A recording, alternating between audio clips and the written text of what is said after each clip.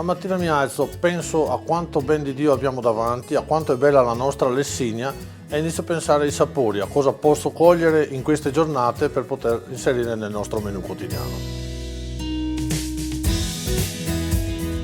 La mia passione per i sapori di questa terra è nata da quando ero bambino, da quando andavo a pascolare le mucche fino a 10 anni. Dopo è venuta questa passione per la cucina e ho iniziato a interessarmi di dove e come procurare questi sapori speciali.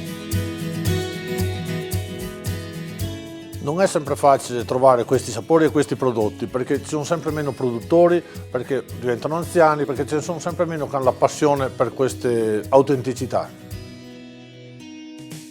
I miei fornitori non posso neanche chiamarli fornitori, posso solo chiamarli amici. Amici perché c'è un vecchio magaro che ha più di 80 anni che produce ancora, io vado da lui.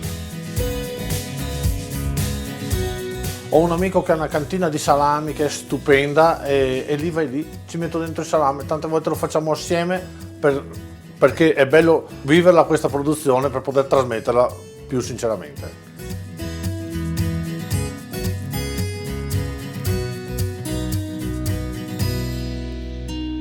Negli ultimi anni è nato anche un amico ortolano, lui si è dedicato alle fragole, questa cultura che in Lessigna non c'era, adesso è di moda, l'hanno trovata e anche lui produce piccole quantità ma di alta qualità.